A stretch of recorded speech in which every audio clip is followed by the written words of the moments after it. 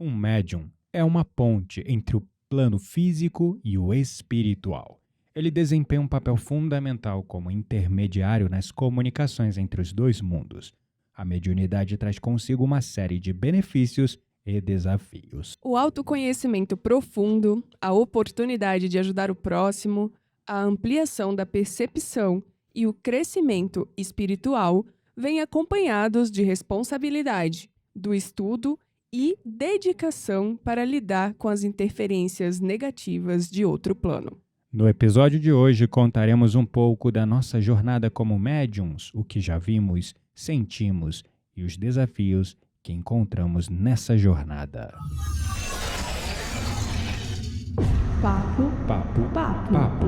Papo místico.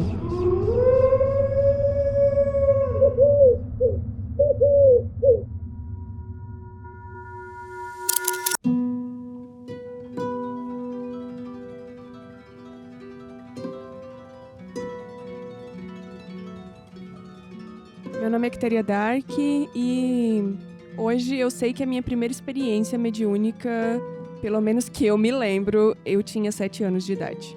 Meu nome é Gabriel Menezes e a minha primeira experiência mediúnica, na verdade, foi uma experiência mística em meditação, uma profunda sensação de êxtase e conexão com o divino, mas eu já era burro velho, tinha pelo menos ali mais de 30 anos. Bom, é diferente para cada um, né? Tem médiuns que descobrem muito cedo e tem pessoas que vão aí educando essa mediunidade E desenvolvem, né? Sim, à medida que os anos vão passando, né? E que os caminhos vão se abrindo ali para novas experiências. E eu acho que também a mente das pessoas, né? Se torna um pouco mais aberta aí em determinado momento da vida. E aí essas pessoas que nunca tiveram antes ali, como a maioria dos médios tem experiências Logo na infância. Logo na infância, começam a desenvolver depois, né? E tá tudo bem, não existe um tempo certo para isso ocorrer, né? É o tempo divino, o tempo que tem que ser e tá tudo certo. É verdade, falou tudo, porque cada um com o seu processo. Tem pessoas que já vêm com uma mediunidade ostensiva, né, da infância, algo muito latente ali. Outros que vão desenvolver pelas suas práticas espirituais ao longo da vida. Meditação, respiração, o próprio despertar, que às vezes pode acontecer através Sim. da dor, né? Para alguns, Uhum. para outros, através do amor. Para mim foi através da dor. Mas tem pessoas que também despertam desse lugar de pura inspiração, né? Como os japoneses chamam nesse estado de Kensho e Satori, por pura inspiração de se iluminar, de expandir. Outros vão pelo estado de dor, e acho que a maioria, na verdade, né? Bom, mas no episódio de hoje, como o próprio nome já diz, a gente vai contar um pouco como médios, o que a gente já viu, quais as perguntas que a gente mais recebe de vocês que nos escutam, de outras pessoas também do nosso círculo social. Pois é. Os desafios, né? E a parte boa também, porque não é só parte ruim, né? Tem parte boa também de ser médium. Mas eu queria falar antes, né, pra gente parar de já começar com o pé direito, na verdade.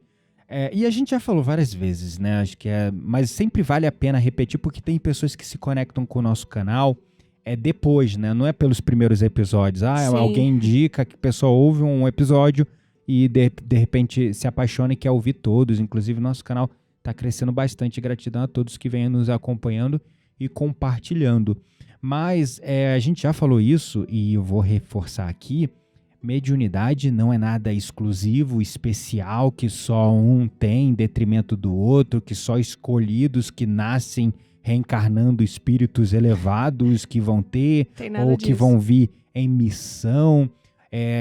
Não é nada disso. Todos nós somos médiuns. Esse é um ponto que eu defendo muito. Por algum tempo eu ainda vejo, acho isso um absurdo, canais que falam sobre a mediunidade ainda divulgando como algo de provação, de expiação. Ou não como, que não seja. Não que não seja, mas como se toda mediunidade fosse de provação e de expiação, ou uma mediunidade que só certas pessoas têm em detrimento das outras.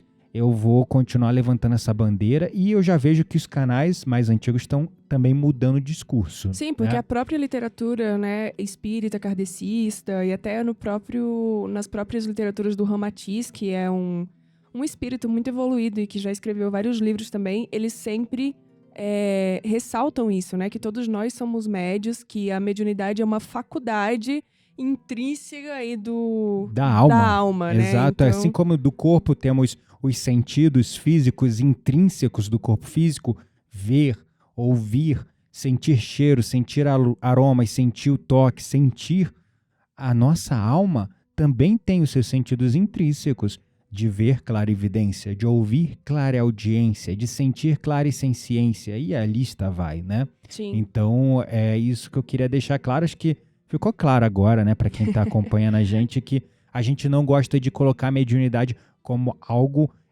num pedestal, que aquela pessoa tem que ser Exclusivo, né? exclusiva de uns e outros não, e que aquela pessoa que tem que ser colocada num pedestal porque é especial, porque eu ainda vejo também pessoas falando da mediunidade assim como se fosse, eu sou médium, mas com um quê de arrogância, de, não sei, petulância, Eu tenho né? vergonha de falar, só Eu falo também. que já tô aqui no podcast mesmo, né? Então. Já expomos a nossa vida toda. Mas não, vergonha não, né? Também eu acho que não é certo sentir vergonha, mas assim, é que a mediunidade, principalmente quando ela é mais ostensiva, ela é também sinal de karma, né? De dívida. E são oportunidades que são dadas a essas pessoas para que elas possam, como que posso dizer? Recuperar, né? De certa forma ali, algumas coisas que foram feitas em outras encarnações. Através do trabalho ao próximo. Por isso que médium precisa trabalhar, né? Exatamente. E por isso que muitos médios que não trabalham e nem sabem aí, ou né, não estão no caminho do da vida esclarecimento espiritual, sobre a mediunidade. do esclarecimento, ficam doentes e não sabem por quê. E buscam tratamento em diversos lugares, na medicina, na psicologia. E é claro que ajuda muito, mas não resolve. Encontra a solução para o problema, né? A raiz do problema não é resolvido, você só remedia os sintomas, né? Então é bem isso. Bom, vamos então começando a falar sobre as nossas experiências pessoais, né? Essas perguntas que a gente já recebeu. Tá. Bom, vamos lá. Como você descobriu a sua mediunidade? Eu acho que essa pergunta é uma das que a gente mais recebe. Mas você começou o nosso episódio contando um pouco de como você descobriu, né? Eu descobri a minha mediunidade... Não sei, ainda estou descobrindo. Não, mas quando que você, deu o boom, assim, opa, peraí, mas isso aqui é ser médium. Quando que veio esse... Eu ainda não me aceito nesse lugar de médium.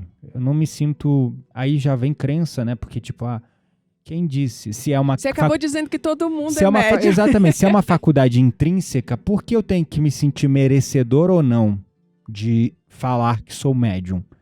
Por outro lado, falar que sou médium pode soar pedante ou afastar certas pessoas. Então eu tenho preconceitos ainda com a palavra médium. Eu acho que sim. Essa é outra pergunta que a gente recebe. Se alguém chegar pra mim, Gabriel... Você é médium? Eu não sei, eu vou falar, sou sensível às energias. Vou dizer assim, todos somos. Todos somos, já respondi dessa maneira, inclusive, né? Todos somos. Eu ainda estou descobrindo a minha mediunidade. A mediunidade, como é uma faculdade em desenvolvimento contínuo, nunca para, eu ainda estou descobrindo. Às vezes eu tenho experiências que eu nunca tive e eu nunca consegui vestir a carapuça do médium, então eu não posso dizer como eu descobri minha mediunidade, porque eu tô descobrindo ela todo dia e nunca botei a carapuça do médium, no final das contas. Mas a terapia foi o caminho, vamos dizer. Minhas primeiras experiências de intuição forte, de ver o que a pessoa tava vendo, tipo telepatia, ou de sentir o que a pessoa tá sentindo, foi na terapia. Então você foi na terapia. Foi. Embora você não queira aceitar. Mas enfim, é bem isso, né? Quando que deu o estralinho, assim, nossa... Epa, peraí, isso não é, sabe, pra mim, eu não sei, é muito confuso, mas eu acho que foi, a minha primeira experiência foi com 7 anos, mas eu nem sabia o que estava acontecendo, então não deu o estralinho. Muita pessoa tem experiências nessa fase ou depois, mas por falta de uma orientação não sabe o que tá rolando. Sim, e nem sabe que é mediunidade, né? A minha primeira experiência foi justamente com desdobramento, né? Quando eu tinha 7 anos, eu saí do meu corpo e me vi. Eu já contei essa história em outro episódio que eu não lembro qual. Mas eu me vi fora do meu corpo, enfim, vi o meu pai entrando ali e tal, mas não sabia como voltar pro corpo, tive paralisia do sono, né? Tu chamou teu pai não respondia. Sim. Mas enfim, aí eu não me vi como média. Pra mim era, sei lá, um sonho, mas não era um sonho. Porque quando eu contei pros meus pais e falaram, mas é um sonho. Não era um sonho. Porque num sonho você não sai do seu corpo e vê o que tá acontecendo no mundo real. Exato. Né? Então não era um sonho e eu sabia que não era. Mas passou. E agora, eu acho que quando eu comecei mesmo, assim, a ver que, opa, peraí, tem alguma coisa acontecendo, foi quando eu tava em Brasília. Eu acho que eu tinha uns 19 anos, mais ou menos. Veja, de 7 até 19 foi um longo período. Tu não teve mais nenhuma experiência depois daquela? Eu tinha uns sonhos, assim, tipo, estranhos, né? Como se fossem... Hoje eu vejo que talvez fossem obsessores mesmo. Falando que eu era fraca, tipo, dando, assim... conselhos, não conselhos, mas falando coisas que degradavam, assim, né? Que me deixavam pra baixo e tal. Que eu era fraca, que eu não ia conseguir nada na vida. Então, isso eu tinha os mesmos sonhos sempre, que a minha fé era pouca e tal. Mas pra mim era sonho. E aí, depois, com 19 anos, eu morava sozinha, morava numa kitnet. E, de repente, eu escutei, literalmente, acordada, com o olho aberto, escutei uma voz dentro do meu quarto, pedindo remédio. Simplesmente, tipo, por favor, me ajuda, eu quero meu remédio. E aí, veio aquela coisa, né? O arrepio no corpo inteiro. Eu sabia que eu não tava dormindo, é óbvio que eu não tava dormindo. Eu não sabia o que fazer, e eu lembro que na época eu trabalhava com moda e uma cliente me deu um livro do Evangelho segundo o Espiritismo. Inclusive, é ela que me despertou aí pra mediunidade, né? Me ajudou muito a ganhar conhecimento, a entender o que estava acontecendo quando eu tinha 19 anos. E aí, eu comecei a rezar lá, fazer umas preces, segundo o livro do o Evangelho no Lar.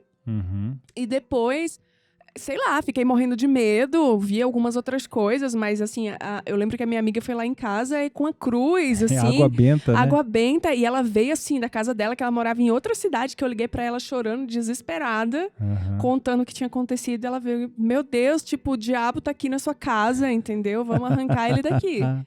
A ignorância é engraçadinha, às vezes, mas é né? que é a fé, né, da pessoa também. Não, é ignorância mesmo, né? Não, mas a crença dela era que não existe espírito, existe o diabo. Então, daí eu falo, é uma fé ignorante. Sim, aí foi isso. E aí, assim, depois meio que eu dei uma bloqueada. Aí eu passei a visitar o centro espírita e tal.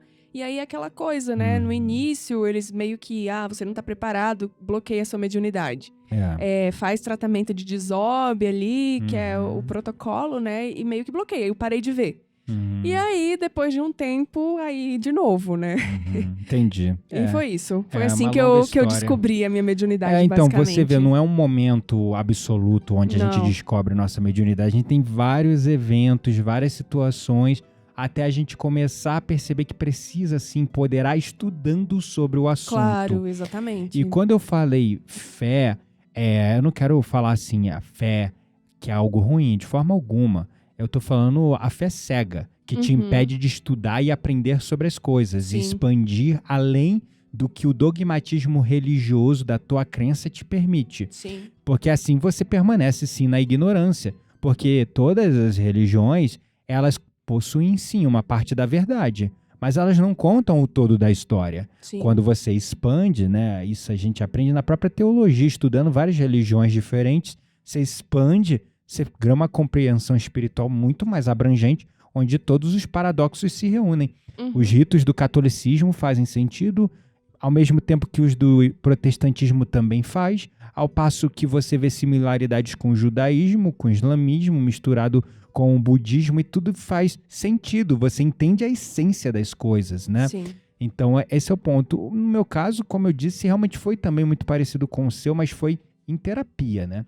Coisas que aconteciam em terapia que eu não conseguia explicar. Como eu tive essa visão, falei com o cliente e era uma memória que a pessoa teve na infância. Como explica, né? Como explica? Como eu tô vendo que tem um espírito aqui acompanhando a pessoa e a pessoa também sente que tem algo ali acompanhando ela. Coisas do tipo assim, né? Que começam a parecer bizarras, daí se tornam intrigantes. Sim. No começo assusta um pouco. Você acaba caindo também na descrença, né? Tu meio que fala assim, não é possível. Essa é outra pergunta coisa da minha mente. que a gente recebe muito, né? Como que você sabe que são pensamentos e mensagens que você recebe. Boa. Ou que É são coisa suas da tua próprias cabeça. emoções ali, né? Ou tua própria imaginação e tal. Como que você diferencia isso? É verdade. Essa é uma pergunta que a gente recebe bastante. É, E que é muito desafiadora, é de desafiadora, porque eu consigo diferenciar bem, e por isso que eu defendo muito a importância da prática da meditação por médiums. Uhum. Porque com a meditação você vai gerando uma consciência dos seus pensamentos e sentimentos. Você gera autoconhecimento. Autoconhecimento começa a fazer você compreender mais quem é você, o que está no teu coração, quais são seus desejos e sonhos, o que você é em essência. Uhum. Quando você começa a se entender, aquilo que é diferente ao que tu é, não é teu. Então você começa a separar muito, porque muitas das manifestações mediúnicas vêm como pensamentos também, né? Sim. Por exemplo, um espírito desencarnado ali, implantando pensamentos, falando no nosso ouvido. Nem todo mundo capta como você captou, como se estivesse ouvindo claramente. Muitas pessoas captam... Muitas pessoas pensam que são seus, né? Exatamente, como pensamentos, formas de pensamentos. As visões também. Às vezes você tem uma visão, mas você pensa que é só a tua imaginação, entendeu? Eu acho que como eu diferencio, porque assim, depende, né? Quando a gente tá no centro espírita, lá no trabalho mesmo, eu já deixei de me perguntar isso, porque... Tu ganhou confiança. Eu deixei de perguntar, porque sim, no início eu me perguntava, mas eu sei que ali é um lugar preparado, que já tem ali a proteção, né, da espiritualidade, que já vem com essa egrégora específica para esse trabalho. Então, dificilmente algo que vai acontecer ali é meu. Uhum. Normalmente acontece e não é nosso, não é do médio. Ou se é do médio, a gente vai ter certeza que é nosso e que precisa ser trabalhado. Já aconteceu de incorporar, por exemplo, espíritos que estavam no Gabriel, não sei, sabe? Então, assim, tá ali no nosso círculo, né, familiar ou entre amigos. E é nosso também, né? Mas o que eu quero dizer com não é meu é que não é da minha cabeça, não é a minha imaginação que tá criando. É que realmente o que eu estou vendo é fruto de algo que está acontecendo, né? Não é a minha mente criando. Mas além dessa coisa do ambiente preparado, você não concorda que também tem um pouco de você ter desenvolvido confiança na tua mediunidade? Sim, também. Tem isso sim, mas, por exemplo, a confiança, eu acho que nessa pergunta, né, como que a gente diferencia, ela ainda se torna um pouco sensível quando eu não tô no centro. Sim. Porque eu ainda me questiono algumas coisas. Por exemplo, se eu tô em casa ou se eu tô em um ambiente que não é o centro, às vezes eu ainda penso, opa, peraí, mas realmente isso eu tô sentindo, tô ouvindo? Sentindo eu acho que é meio difícil, porque é muito... Assim, é uma coisa física, né? No corpo ali, então meio que não tem como duvidar. Mas o do pensamento é mais desafiador quando você não tá num ambiente preparado, você saber se é teu ou se é realmente de um espírito. Complexo o que você falou, porque assim, tecnicamente a gente precisa concordar ou não que a mediunidade ela vai se manifestar independente de você estar num ambiente protegido, preparado para isso ou não, correto? Sim, vai estar se manifestando, às vezes, até 24 horas por dia, né? Sim. Por que será, então, que você confia no que vem no centro, mas no dia a dia tu não confia? Não é que eu não confio, é que me vem a reflexão de que se é meu ou não. Por quê? Porque no centro... E como você tem separado quando vem a reflexão? Bom, aí depende. Eu, por exemplo, me questiono se é o tipo de pensamento que eu tenho. Boa. Ou os meus acontecimentos na última semana, sabe? Tipo, se tem relação com aquilo. Contexto. Eu analiso o contexto e falo, opa, peraí, não faz... Um exemplo básico. Antes de ir pro centro, a gente ficou 3 meses afastado, e, enfim. Estávamos espirituais ainda, fazendo alguns trabalhos, mas não trabalhando diretamente no centro, né? E aí, eu tava assim, a ansiedade voltou com força total, mas eu tava indo pro Pilates dirigindo e um motoqueiro, tipo, me cortou assim, na minha frente. E aí eu fiquei com muita raiva, mas era uma raiva que eu nunca tinha sentido na minha vida, aquela raiva. Eu sei que não é de mim, eu sou uma pessoa super tranquila no trânsito. Uhum. E aí me veio o pensamento, tipo assim, vai lá, dá uma encostadinha nele. Eu nunca faria isso. Tipo, era como se... Eu não sei dizer. Também o tempo do verbo que o pensamento vem, sabe? Vai lá e dá uma encostadinha nele. Olha, o pensamento foi esse. É totalmente Parece não que é seu. alguém falando pra mim, não é eu. Se fosse eu, vou pegar o carro e vou dar uma encostada nele. Esse seria o meu pensamento. Não é sobre... talvez ter um pouco disso, né? De posição do verbo. Porque eu nunca tinha parado pra pensar, mas assim, às vezes... Mas além da Tem espíritos que eles não fazem assim, né? Tem espíritos que eles realmente falam ali no como tempo verbal como se fosse teu. Você é isso, essa pessoa fez isso, São entendeu? os espíritos mais versados na hipnose, vamos dizer. Né? E aí não. Tipo assim, o pensamento que veio foi, vai lá e dá uma encostada. Parecia que tinha alguém atrás do carro, sentado no banco de trás, sabe? E essa coisa de ter alguém sentado no banco de trás... Mas também tá muito claro, além dessa questão da posição do verbo, tá muito claro que não era teu, porque tu não teria, não é um pensamento habitual teu, tu nunca pensaria em algo do tipo. Eu sou a pessoa mais tranquila, bem de boa, o Gabriel sabe que a gente briga direto, porque ele é o oposto de mim no trânsito. Então... Se esse pensamento viesse em mim, é muito provável que fosse meu. Pois é, mas não era meu, né? Eu não estranharia se fosse mim. E essa coisa do carro, e aí agora... Claro que eu nunca ia fazer nada do tipo, mas às vezes dá umas raivas, assim, escorpiano, né? Dá vontade de se vingar na hora, quase que automático. Credo. Essa coisa do carro já aconteceu várias vezes, assim. Eu lembro quando eu tava indo também pra Argentina a trabalho, era tipo 3 e pouco da manhã, descendo pra pegar o voo em São Paulo, e de repente, assim, do nada, tu simplesmente viu o espírito atrás, sentado atrás do banco. Primeiro teve uma coisa antes. Qual foi? Não lembro. Tu sentiu um cheiro de CC muito verdade. forte. Nossa, mas era um cheiro, assim, mas muito sabe forte. Quando passa... Eu não senti nada, nem tchum. Sim, sabe quando passa alguém na rua, assim, uma pessoa que mora na rua, né, que não tem, obviamente, muito tristemente, um lugar pra tomar banho, então fica aquele cheiro muito forte de suor misturado com, enfim, né, com outras coisas. Foi isso. Primeiro eu senti, eu falei, nossa, você não tomou banho? Por que tá esse cheiro? Ainda me manda uma dessa, né? Não, porque eu ia pegar um voo, então era 3 da manhã, mas eu tomei banho. Tomei banho também, pô. Então, assim, né, eu falei, que estranho, que cheiro absurdo de CC que tá aqui. Aí o Gabriel, não tô sentindo, não. Aí eu falei, nossa, não. Aí quando veio... Aí que opa, peraí, não é nosso. Aí quando eu fechei o olho, vi a imagem certinha. Atrás. Aí eu já falei pra ele, já faz uma apometria aí, porque tá sentado bem aqui do lado. Isso aí, eu tava dirigindo, eu não podia me concentrar. Eu falei, amor, vou fazendo os comandos, tu fecha o olho aí e vai visualizando. Enfim, isso. Então mas enfim. É isso, é incrível. Esses exemplos que a gente deu, né, tipo, também são maneiras de você diferenciar seus próprios pensamentos, né? Suas emoções e os acontecimentos à tua volta das mensagens e pensamentos que vêm dos espíritos. Eu me lembro uma vez no metrô, uma situação muito parecida com essa. Eu andando no metrô e foi assim, naquele período que a pandemia veio, mas depois ela deu uma amenizada e a vida meio que começou a voltar meio que ao normal e as pessoas indo, mas com vários cuidados. E eu fui buscar, acho que a Nossa Aliança, uma coisa lá no centro de São Paulo. E eu fui de metrô.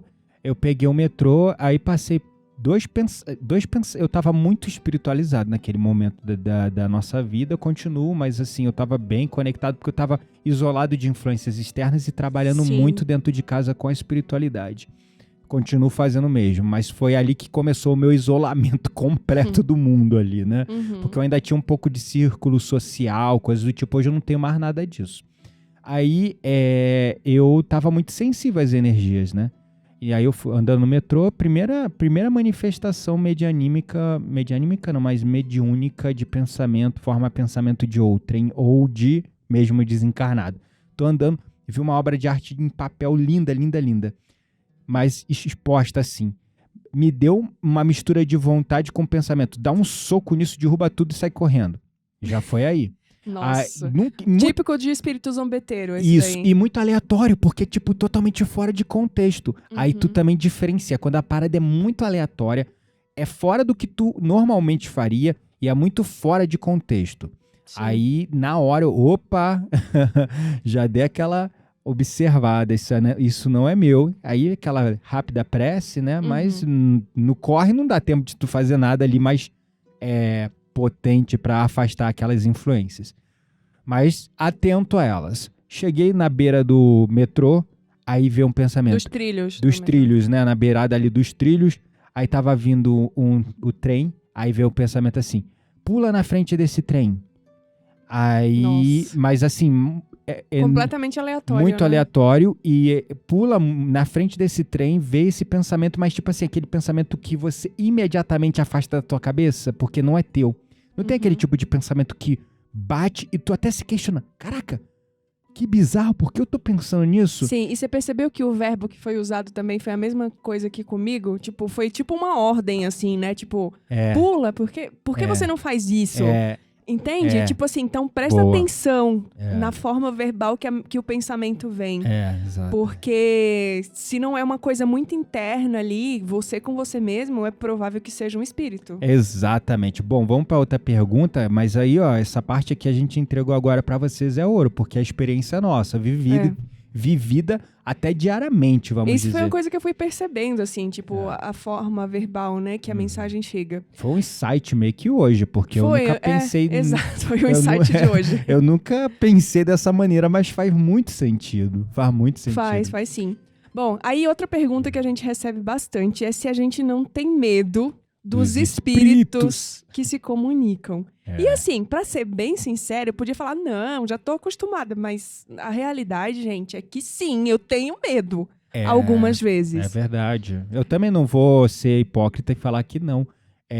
Eu não, vamos dizer assim... Não é aquele medo que ele vai me fazer alguma coisa, mas é que há algumas imagens, algumas cenas que eu vejo, principalmente no centro espírita, onde eu realmente... Muita coisa eu não me lembro, né? Mas o que eu me lembro, algumas imagens são muito fortes. E tem, assim, espírito que você tem que ter muito amor no coração e tá muito desapegada pra você deixar incorporar, porque eles vêm numa condição tão infeliz, as né? cenas são tristes, são degradantes, assim, são de chorar, sabe? E às vezes, não só isso, né? Às vezes eles estão completamente agressivos, te xingando, resmungando, e é difícil, né? Você ceder o seu corpo pra um irmão que tá assim, tão revoltado. Então, tem alguns que sim, eu tenho medo, mas eu tenho trabalhado isso no amor mesmo, assim, né? De entender que faz parte do meu trabalho e que eu vou estar fazendo bem, emprestando meu corpo ali momentaneamente. Então... Às vezes eu sinto que tem um espírito, por exemplo, na sala, e aí eu tô no quarto. Eu não deixo de ir na cozinha se eu quero beber água. Eu deixo. Não, eu falo porque já deixei de ir. Não vou não. Peraí que eu vou fazer uma prece primeiro. Mas eu vou e quando eu passo pelo ambiente, é um arrepio absurdo assim, no corpo. A temperatura muda, o corpo se arrepia todo e isso se mistura com um certo quê de medo. Essa sensação desse arrepio, ele é misturado com um quê de medo. E aí, por isso que tá o grande segredo. Quando a gente conhece sobre a mediunidade, a gente ganha também com ela ferramentas. A gente entende que a prece e a oração são ferramentas poderosíssimas e essenciais. A gente entende que a meditação é a maneira para a gente separar o que é nosso e o que é deles.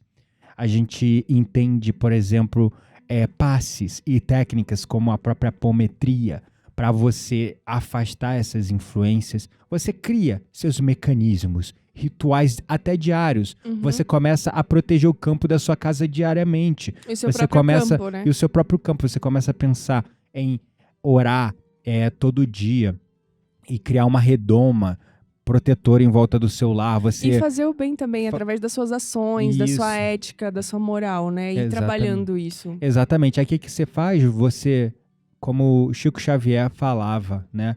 A melhor forma de você se afastar de espíritos ruins é fazendo amizade com os espíritos bons.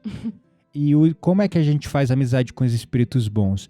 Prece, oração, vigiar, a caridade.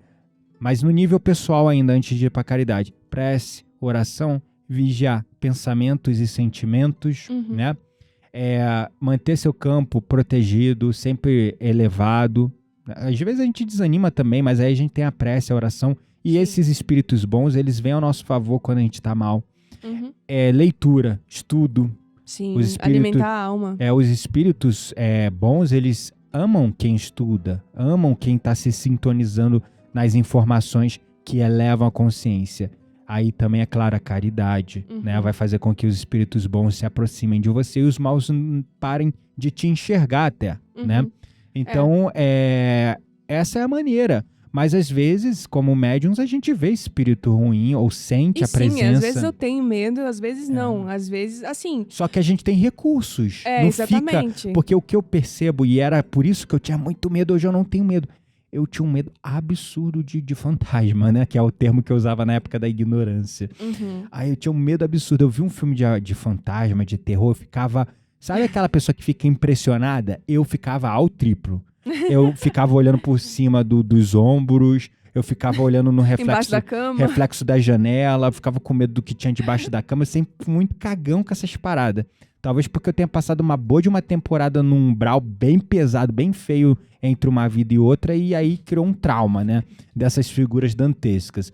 Mas desde criança, eu me lembro que eu tinha um gosto mórbido por filme de terror, mas depois eu ficava cagado de medo 1-2 semanas, impressionado com as imagens, vendo coisa em reflexo de espelho, em vulto passando. Talvez experiências mediúnicas e eu não soubesse. Sim. Mas era tanto medo que eu imaginava que era coisa da minha cabeça e poderia ser também. Enfim, depois que a gente desenvolve, a gente ganha ferramentas e para de sentir tanto medo. Foi o que aconteceu, entendeu? Sim. Medo ainda existe em um certo nível. A gente vivenciamos aquela experiência com o Mago Negro. Eu fiquei cheio de medo com o Mago Negro. Fui pedir ajuda de outro médium, entendeu? Sim. Porque, né, você incorporou Não, ele não estava em mim ainda, não. Não, teve uma hora que ele incorporou e você falou que não lembrava muito. Aí você Eu não lembro muito, mas primeiro eu vi ele andando com um cajado no meio da sala, batendo assim no chão, né? Tipo, e aí ele andava meio que em círculo, assim, batendo o cajado no chão e olhava pra mim. Lugar, né? E olhava pra mim. E aí eu, por enquanto, só tava vendo, né? E aí... Nessas horas dá medo, essas cenas assim? Não, eu acho que me deu mais medo quando o outro médico falou pra eu trazer ele, né? E incorporar pra entender o que ele queria. Nessa hora eu vou falar pra você que, assim, por mim era não, entendeu? Não quero, sai pra lá. Mas como precisava ali liberar e tinha pessoas sofrendo com aquilo, né? Depois eu vi uma mulher, né? Uma mulher chorando muito, por causa dele. Devia ser escrava dele até, talvez, né? E era tipo uma adolescente, assim, devia ter uns 14 até 16 anos, sabe? E aí eu falei, não, aí tipo, como é que você nega, entendeu? É complicado. Mas, foi enfim, aí nessa segunda vez que tu sentiu medo, né? Sim, aí quando falou assim, não, traz ele pra perto, eu falei, não, quando ele bateu em você, que aí tu deixou de ver, incorporou ele na primeira vez, ele falou, eu voltei. Mano, Aí eu já não lembro de nada. Naquela hora não lembro muito. Naquela hora que ele falou, eu voltei, eu já me arrepiei todo, mano. Da sola do pé, que não tem pelo pra arrepiar, eu arrepiei. A única coisa que eu me lembro, assim, dessa incorporação, que foi, a gente tá falando da mais recente, né? Foi terça-feira agora passada. Mas foi que ele falou alguma coisa de magia arriscada. Isso você lembra, mas enfim. A única coisa que eu lembro. Eu lembro de tudo porque eu tava consciente, eu tava como operador. Então me deixe relatar a experiência. Vai lá, relata. Por favor, obrigado. Aí ele falou, voltei. Da outra vez você tentou me expulsar, mas não conseguiu, eu tô de volta. Eu fugi, tô de volta. Aí eu, caraca, mano, já comecei a me arrepiar todo. Aí eu falei, o que você quer, amado irmão, não sei o que, bababá, falando com aquele jeito pra doutrinação dos espíritos infelizes. Não adianta você tentar doutrinar um mago. Aí ele falou, essa sua voz mansa me irrita, eu não quero falar com você. Aí eu falei, o que você quer então? Aí ele falou, quero a mão esquerda dela. Tu quer a mão esquerda dela pra quê? Isso você não me contou! Aí eu falei, pra que tu quer a mão esquerda dele? Pra fazer magia arriscada. Aí você quer fazer a magia arriscada pra quê? Pra quem? É pra fazer o bem e pra fazer o mal? Não vou falar mais com você, não quero saber de você. Você não vai conseguir me tirar e eu vou usar ela. Aí, cara, mano, Aí ele não aguentou, ele foi chamar outro médico. Não, por acaso o outro médium que tem uma mediunidade viu, muito né? extensiva, ele já percebeu que estava rolando de longe, ele já viu que devia estar vendo a imagem, inclusive. Só para explicar pro pessoal como que acontece o trabalho no centro, né? Tipo, lá a gente fica em círculo, assim, aí tem os médios de incorporação e tem os operadores de apometria. Então, um operador, ele sempre trabalha com um ou mais médios. Então, e aí tem outros médios ali que ficam auxiliando e tudo mais. E foi nessa tava eu e o Gabriel, eu incorporando e o Gabriel como operador, que rolou essa treta aí que a gente tá contando. Aí o outro médium tava andando na sala lá, que ele tava incorporado, acho que com um caboclo, alguma coisa do tipo, que são espíritos, as pessoas confundem também. Eu comecei a aprender isso quando eu parei de ficar me olhando em caixinha separa Umbanda de kardecismo, separa isso daquilo, e comecei a entender a essência das coisas. Os caboclos são espíritos dos índios, né? Sim. E eles são, assim, tem uma sabedoria do xamanismo, do mundo espiritual, assim, muito antiga. Sim, a minha guia espiritual é uma cabocla. Exatamente. Então, mas eu não incorporo ela muito. Então eles são, assim, seres de muita sabedoria e, assim, e eles são, como, vamos dizer, policiais no mundo espiritual, né? Eles atuam ali mais como guerreiros no mundo espiritual. É fascinante, enfim, eu não vou entrar nessa parte agora mais de entendimento dessas manifestações, mas ele veio e aí naquela hora ele falou, o espírito voltou, né? Porque ele falou para incorporar de novo, quando foi a parte que você falou que sentiu medo, e ele falou, agora segura ele aí. E aí, né, pela palmetria, a gente sabe que a luz azul é uma luz que ela magnetiza, aprisiona, adormece, né? Então, fiquei ali projetando luz azul nele e tal, e começou a vir um senso muito grande. Até tem um cajado. Todo mago, né? Tem um mago negro, tem um cajado. E aí veio muito aquela coisa, tira o cajado dele. E eu fazendo maior força pra tirar o cajado, ele não largava de jeito nenhum. Mas uma força mental, era como uma batalha mental que eu tava vivendo. Eu visualizando ele em volta daquela luz azul e aquela coisa, e eu também projetando uma luz pra puxar ali o cajado, e a coisa não saía, não ia. E nisso o médium lá viu que tava difícil. Não, já estava junto com a gente lá com o caboclo. Então. Aí ele mandou trazer mais. Aí ele mandou trazer um monte de caboclo junto, assim, tipo um grupo de guerreiros, assim, pra em cima do cara. Pra tentar. Pra pegar ele, assim. Cara, que cena, mano. Então, assim, essas paradas dá medo. Porque o que é o mago negro? Não necessariamente a gente usa o termo mago negro, o neguinho vai pensar em um Merlin de chapéu... tipo, né, com roupa negra. Não é sobre isso. A gente usa esse termo, que é um termo de uma classificação geral, para um espírito muito consciente, inteligente, só que usa essa inteligência pro mal. Isso pro mal. E geralmente fez parte de magia negra, escolas de alquimia negra, de magia negra do passado, usava isso pro mal, feitiçaria e coisas do tipo. Porque assim como tem pessoas... e continua fazendo isso. Desencarnou e continua fazendo isso, né? E ganhando poder e evoluindo dentro desse mal e lá. Tendo escravos e escravizando pessoas também, espíritos, para trabalharem para eles. Exatamente. Então, assim, medo acontece, mas vamos lá, só para fechar esse ponto. Cara, eles estão em toda parte, isso é um fato. Você vendo ou não vendo, eles estão aí. E podem estar te influenciando. A diferença é, como médium, imagine a situação se você não é médium. Se você tivesse que atravessar uma sala fechada e nessa sala tem serpentes e cobras e você teria que chegar do outro lado. Você ia preferir fazer isso de olhos fechados sem ver nada no escuro ou vendo o que está acontecendo para conseguir se proteger e passar longe das cobras? Nossa, você falou de cobras e eu lembrei que nesse dia também eu tive uma experiência com cobras. Primeira eu não lembrava. Vez, foi a primeira vez que a gente, que você... observou, manifestou, e eu nem sabia direito o que fazer, porque ela tem os espíritos licantropizados, acho que é essa palavra, né? Que são espíritos que baixaram tanto numa consciência moral que foram animalizando o espírito.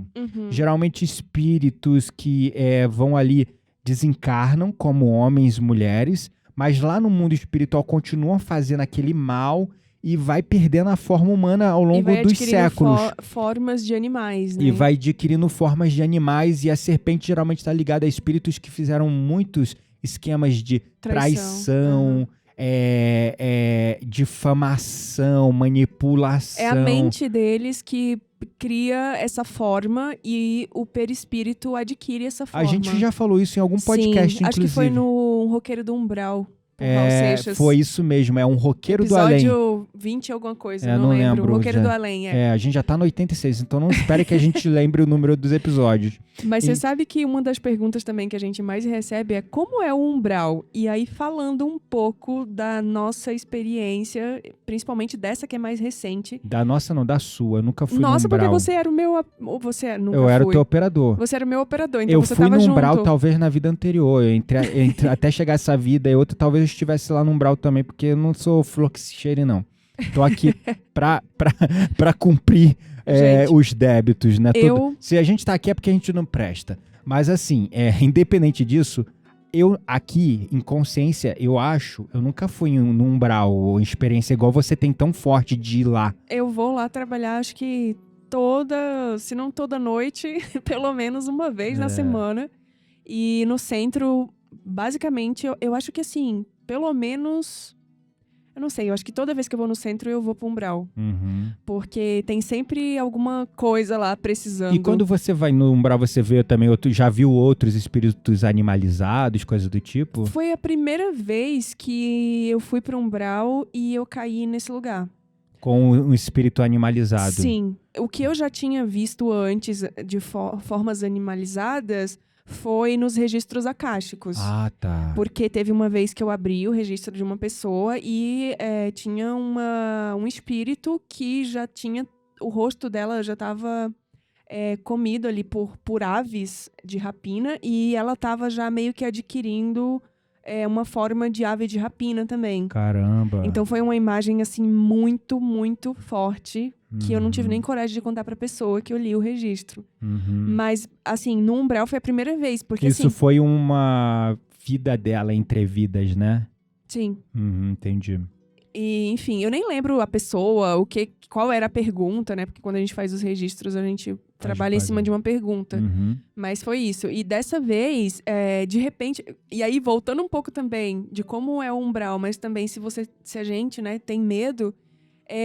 eu tava lá, você fica sentada na cadeira, e eu tava no umbral. Só que, tipo, de repente eu vi um monte de cobra subindo, assim, na minha perna.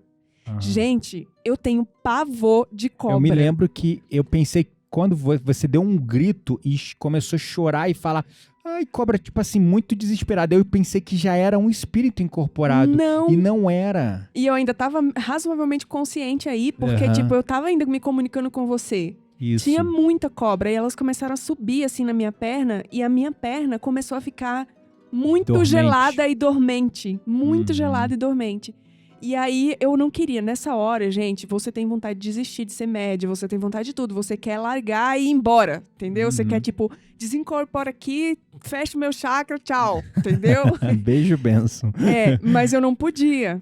Então, assim, aí ele fica, aproxima. Eu quero que aproxima, mano. As cobras estão subindo na minha perna, socorro. Pra mim é fácil, né, amor? Porque eu não tô ali. Mas, enfim, ele falou aproxima e... Beleza. Aí, eu tô quando ali ele falou, com aproxima, você, mas não tô vendo nada que você tá vendo, né? Quando ele falou aproxima, eu vi uma cobra que era uma pessoa. Tu falou primeiro, é uma cobra coral. Tinha muitas cobras corais. Mas você falou... Muitas. Ah, tá. Um monte no chão, começou a subir. Por isso que só depois eu entendi que eu tava no umbral de espíritos que já tinham tomado a forma de animais.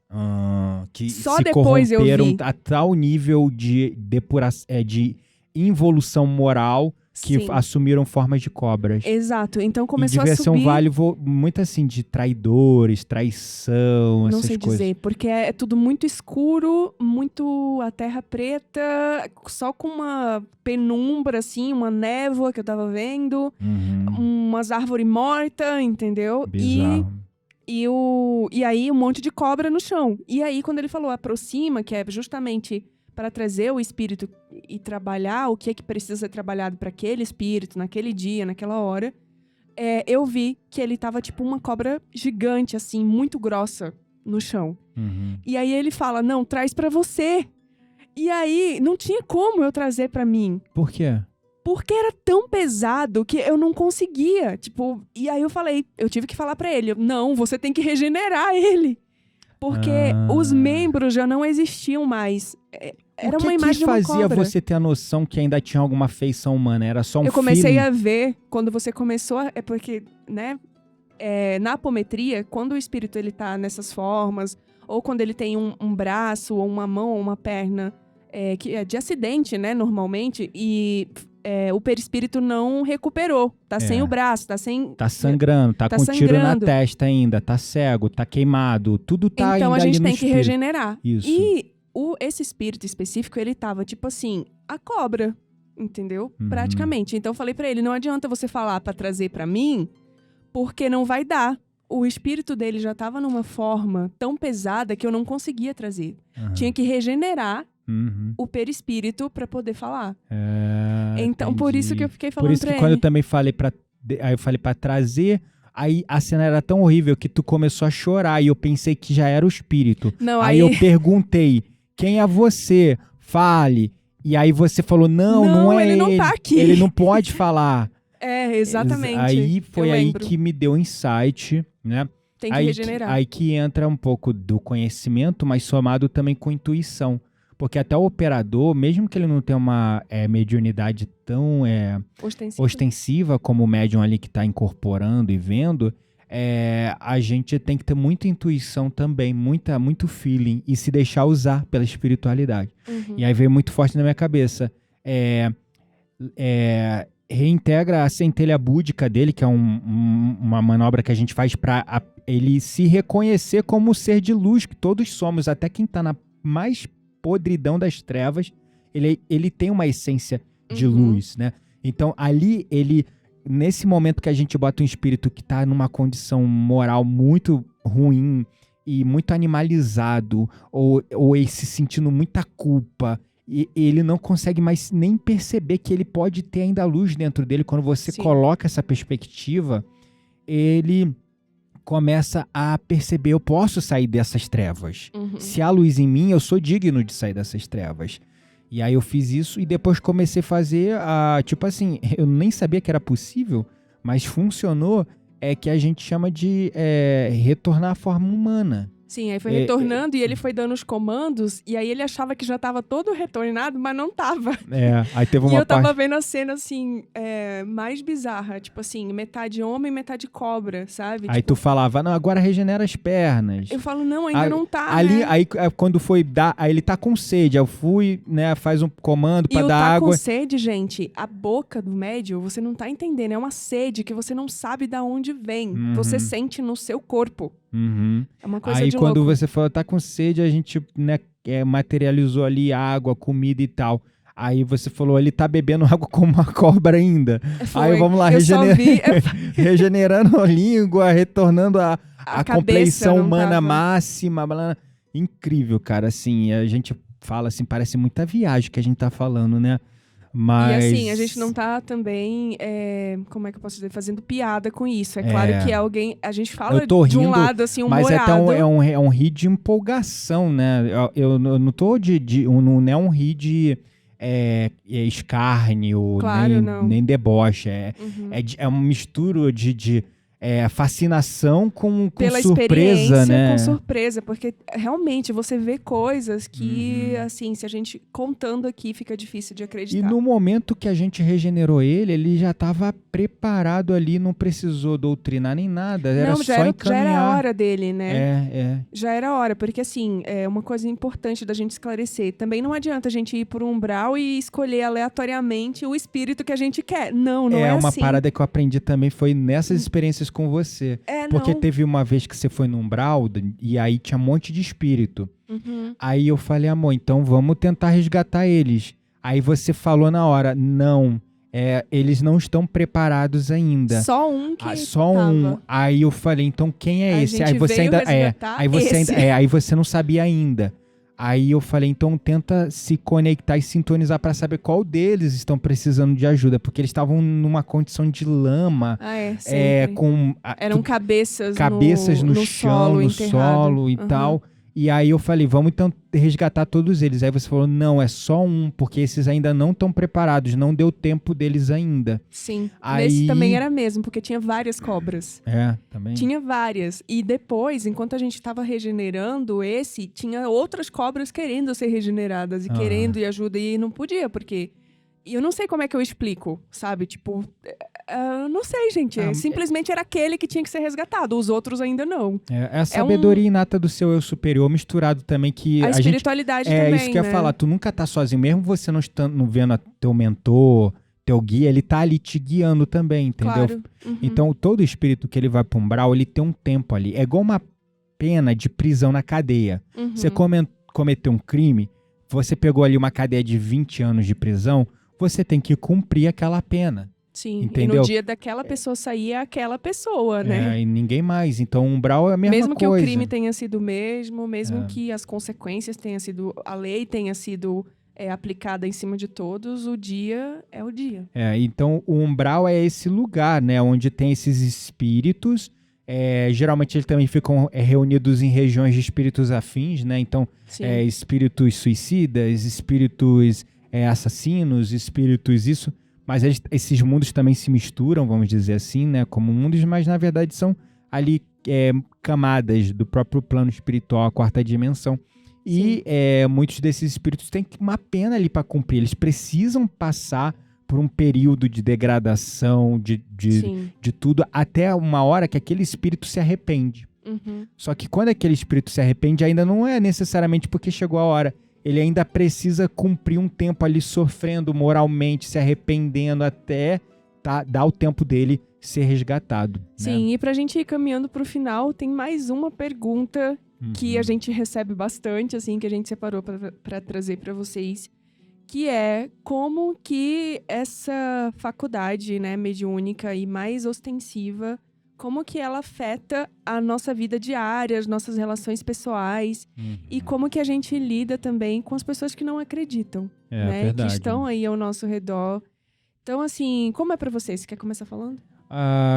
Com céticos incrédulos, eu já fui então eu aprendi que quando uma pessoa é cética e incrédula, não adianta você tentar falar, tentar convencê-la, é perda de tempo, perda de energia. Então, a esses irmãos, eu só reservo amor, paciência, empatia.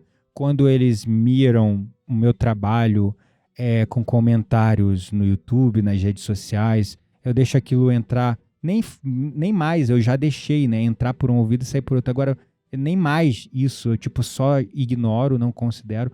Se eu estou no momento que a frequência está mais baixa, eu estou estressado, ansioso, aconteceu alguma coisa, aquilo me afeta mais. Por isso que a gente tem que estar sempre orando e vigiando nossas vibrações. Sim. Mas quando eu tô super bem, tô tranquilo, tô feliz, cara, quem tá feliz não perde tempo com quem tá infeliz, né?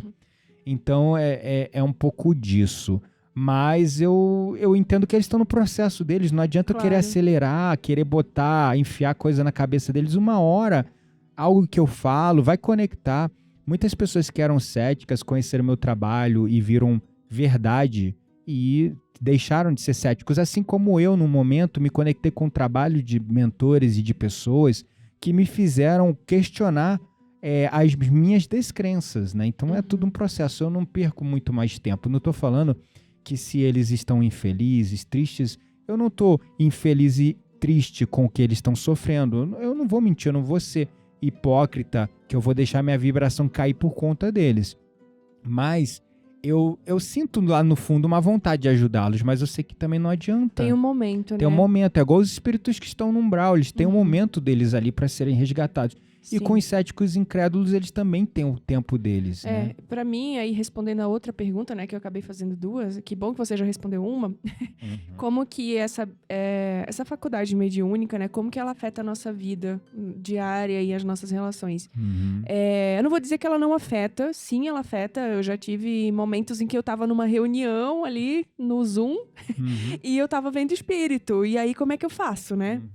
Então afeta, às vezes a gente vê coisas ali durante o nosso expediente de trabalho, por exemplo, Mas, basicamente, eu tento, primeiro, fazer o que o Gabriel já comentou, né? De me manter sempre em preces, em orações e com uma conduta moral que não atraia espíritos que ainda estão aí no caminho do aprendizado. Todos estamos, né? Mas eu quero dizer os espíritos infelizes, né? Isso. Que ainda não acordaram para o que realmente é a vida. Isso, é sobre isso. Então, assim, eu busco, pelo menos nesse momento, assim, do meu dia a dia, das minhas relações pessoais, me manter sempre em prece, sabendo que sim, eu vou ajudar esses espíritos, mas no momento certo, no momento que eu estiver no centro espírita, e entender ali, separando que aquele momento que eu tô ali, eu tô ganhando meu sustento, eu tô trabalhando, então não pode misturar eu não as posso coisas. misturar as coisas. É difícil,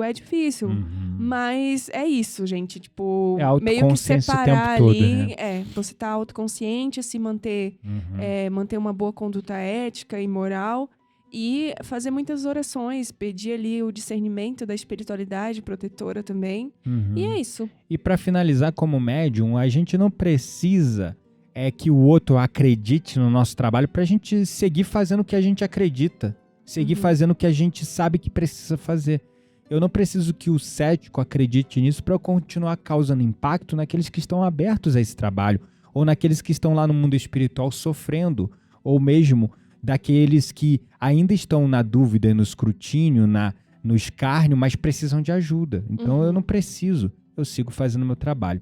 Então aqui num tete-a-tete final rápido, a gente vai citar aqui a parte boa e a parte desafiadora da mediunidade num tete-a-tete rápido para finalizar o nosso episódio. Vai lá, fala a parte boa aí. Vamos começar com a parte boa. A parte boa de ter uma mediunidade desenvolvida é desenvolver o seu autoconhecimento. A mediunidade permite ao médium uma compreensão mais aprofundada sobre si mesmo, sua natureza espiritual e sua missão na Terra. Essa é a parte boa.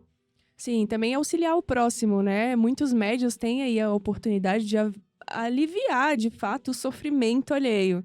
Então, isso é muito engrandecedor para a alma de um médium, né? Saber que você está ajudando o outro. Nossa, não tem nada mais incrível que ajudar o próximo quando está em sofrimento. E aí tá um ponto, que com certeza lá, quando você tá nas experiências mediúnicas que mais te causam medo, como da cobra que tu falou, não, deixa, melhor, né? Às vezes dá vontade de fugir da situação. Sim.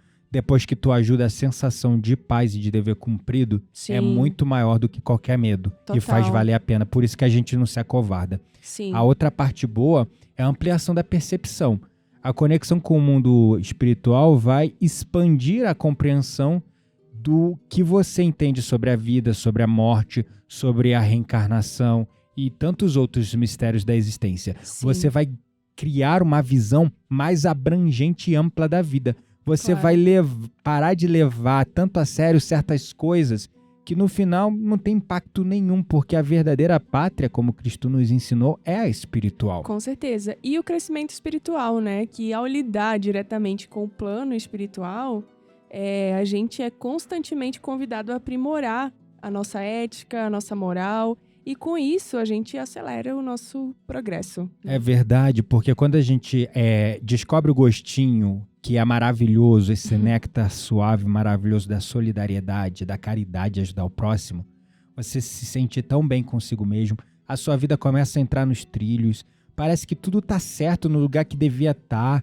tu se sente bem e tu quer continuar vivendo mais daquilo. Só que você percebe que eu poderia estar ajudando mais se eu me santificasse mais, se eu me depurasse mais, se eu evoluísse mais. Então é uma coisa que leva a outra, e aí você vai buscando, tu vai tendo um motivo pelo qual se santificar. E quando eu falo santificar, não é ser o canonizado, né? o canonizado, a beata, o santo ou santa do pau oco. Não é sobre isso. É sobre você estar vigiando cada vez mais os seus pensamentos e sentimentos. É você não criticar seus irmãos, não julgar seus irmãos, amá-los, ajudar quem precisa. Tu ainda vai beber? Se você gosta de beber, sim. Você ainda vai transar? Eu sou casado, eu gosto de transar com a minha esposa. Então, assim, essas coisas você não é sobre ser celibatário, subir a montanha, se isolar do mundo e parar de ter prazer e alegria na vida. Não é isso. As pessoas confundem santificação com isso.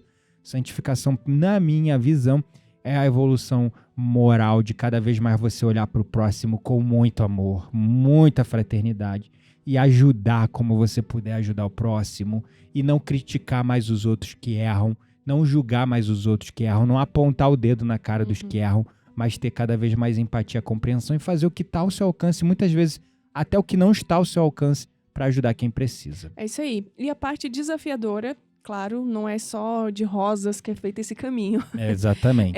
Tem aí os desafios emocionais e físicos, né? Então, a exposição constante a energias variadas, tanto positivas quanto negativas, pode causar, por exemplo, desgastes emocionais, né? Tanto em curto, médio e longo prazo, tá, gente?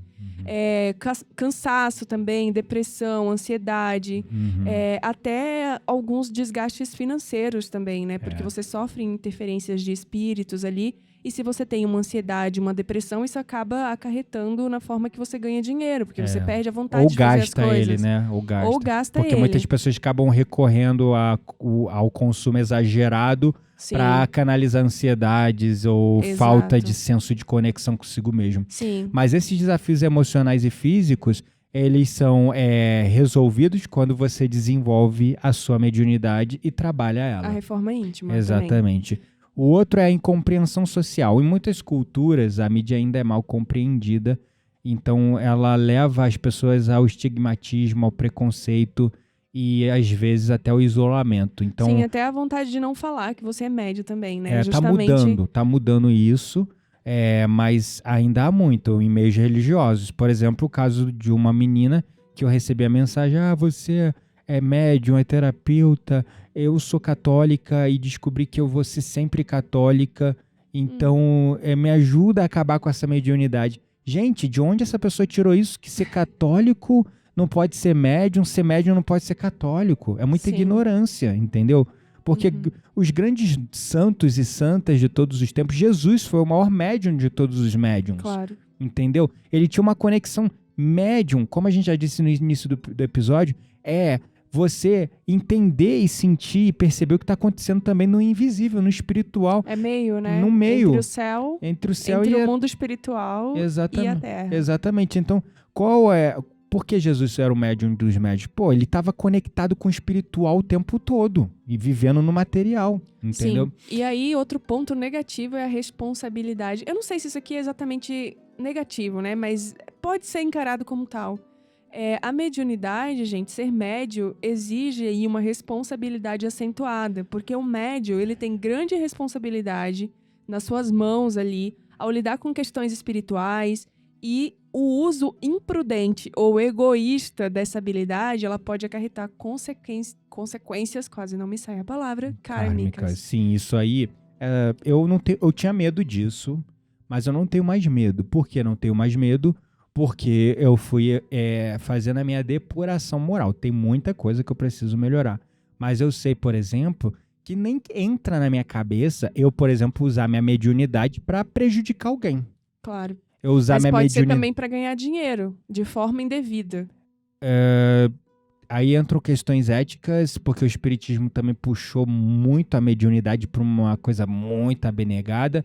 Mas, por exemplo, eu sou terapeuta. Grande parte da minha... Essa é outra coisa, você cobra pela sua consulta. Exato, mas grande parte da minha mediunidade foi desenvolvido fazendo terapia. Não, sim, Entende? Mas é isso que eu tô falando. Então, ganhar dinheiro, tipo assim... por exemplo, não sei, você cobrar especificamente para incorporar um espírito, entendeu? Eu tô falando... É complexo, porque é muito difícil separar uma coisa da outra. Eu não, por exemplo, o uso indevido hoje, cada vez mais que eu tenho discutido com os meus alunos e a gente tem aprendido e gerado essa consciência, porque é um assunto extremamente polêmico, é o seguinte, como tu desenvolveu tua mediunidade? Tu é terapeuta, tu é psicólogo, tua mediunidade foi expandindo conforme você foi fazendo teu trabalho? Não há problema nenhum você usar sua mediunidade para ajudar as pessoas que procuram teu trabalho. Se em algum momento você acessou algo, sentiu algo, guardar isso é pior, porque você não vai estar lançando mão de um recurso que a espiritualidade te deu para ajudar ainda mais as pessoas que precisam de ajuda e estão te procurando para esse trabalho, para isso. E é o teu ganha-pão, é a tua forma de viver, é a energia que move a gente aqui nessa terra. Então, esse é um ponto. Agora, a pessoa que começa a usar a mediunidade para charlatanismo, ou falar que vai prender fulano, prender ciclano, trazer o amor em 7 dias, incorporar espírito para fazer showzinho de, sei lá, adivinhação. Isso é o uso imprudente e egoísta. Exatamente. E fica se promovendo. Eu sou médium, pai Oxalá de não sei o quê, procure, né? Então, esse é o problema, né? É o uso indevido da mediunidade. E aí você está acumulando karma. Sim. Você está acumulando karma. Agora você, amigo, amiga, que está assistindo, ouvindo esse episódio, e você é terapeuta, psicólogo, não sinta medo de usar a sua mediunidade. É claro, com muito cuidado. Se você incorporar algum espírito e for canalizar uma mensagem para a pessoa, não precisa falar, a pessoa é católica e você falar que é Metatron, né? Até porque para incorporar Metatron não tem uma alma vivente nessa terra que seja tão depurada para incorporar. Mas assim, é um exemplo, né? Não vai falar que a pessoa é totalmente cética, você acessa uma mensagem importante, você fala, não, porque eu me conectei com os arcturianos e estou trazendo isso para você. Cuidado para não afastar a pessoa. Mas se você receber uma mensagem, receber uma coisa, é pior você não usar. Isso vai te fazer mal. E vai ser irresponsabilidade sua. Porque se veio, era para passar para frente. Se você está guardando, está sendo egoísmo seu. Bom, então a gente conclui esse episódio, que é um episódio bem longo, mas também, vamos dizer, bem completo com as nossas experiências, que se a gente fosse trazer todas, a gente ia ficar 10 horas falando, nunca acabar esse episódio. Não tinha nem roteiro para esse episódio. É tanta coisa, né? A gente vai lembrando e vai contando. Exatamente. Mas é isso, eu espero que que esse episódio tenha refletido aí de alguma forma e te ajudado a entender o que é a mediunidade. Uhum. E se você tem aí qualquer pergunta, pode mandar pra gente pelas caixinhas, a gente vai responder todas, tá bom? É isso aí. O desenvolvimento equilibrado e responsável da mediunidade, aliado ao estudo e à prática constantes, é essencial para que você possa se beneficiar e beneficiar os outros da mediunidade, minimizando a parte ruim, os riscos associados. Se você ignorar, reprimir a sua mediunidade, você vai se sentir mais mal. Mediunidade reprimida gera ansiedade, ataques de pânico, gera depressão e muitas outras coisas mais. Então, desenvolva. A mediunidade é uma faculdade natural que, dependendo de como é gerenciada e aplicada, pode ser mesmo uma fonte de vitórias, mas também tudo vai trazer desafios. O mais importante é que você busque a sua evolução moral e use a mediunidade no amor, na busca constante pelo bem. Vamos para a nossa roda mística, então? Bora lá.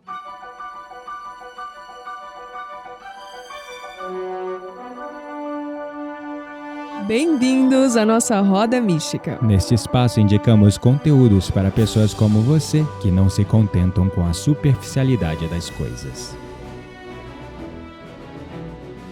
Estamos na nossa roda mística. O que a gente vai indicar pra galera hoje? Hoje a gente vai indicar um livro que foi estudo do nosso grupo espírita. Uhum. Né? Pra quem não sabe, toda terça-feira a gente tem um grupo espírita aqui em Campos do Jordão. E sempre tem um livro ali que está sendo discutido e abordado. E faz aí alguns meses que o livro era Fisiologia da Alma, né? Uhum. Que é um livro escrito por Ercílio Mais, ditado por Ramatiz. Ramatiz aí é um espírito indiano muito evoluído. Bastante evoluído. Uhum. Que ele aborda a complexidade entre o corpo físico e o perispírito. É uma ótima leitura para quem está desenvolvendo a mediunidade aí, quem está educando a mediunidade. Fala de karma, encarnações passadas, e como isso se molda e é tecido através da própria experiência humana.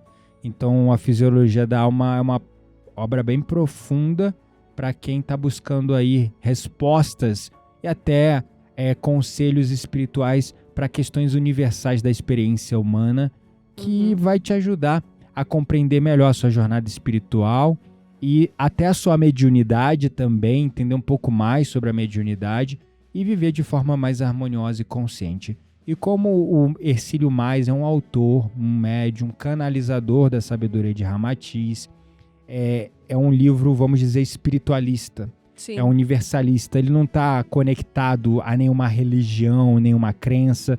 Então, para quem por exemplo, eu sou católico, não posso ler sobre coisa espírita. Esse é um livro espiritualista. Ele é amplo, ele não fala de crença, de religião específica. Ele fala sobre a experiência humana e a espiritualidade da maneira mais universal possível, como ela é. Então é uma boa leitura aí para quem está querendo começar a entender mais a espiritualidade e a mediunidade. É isso aí. Bom, no episódio de hoje, a gente espera ter passado aí uma mensagem que possa ter te ajudado de alguma forma no seu desenvolvimento mediúnico e eu te vejo na próxima semana. Nos vemos então na próxima semana. Até mais!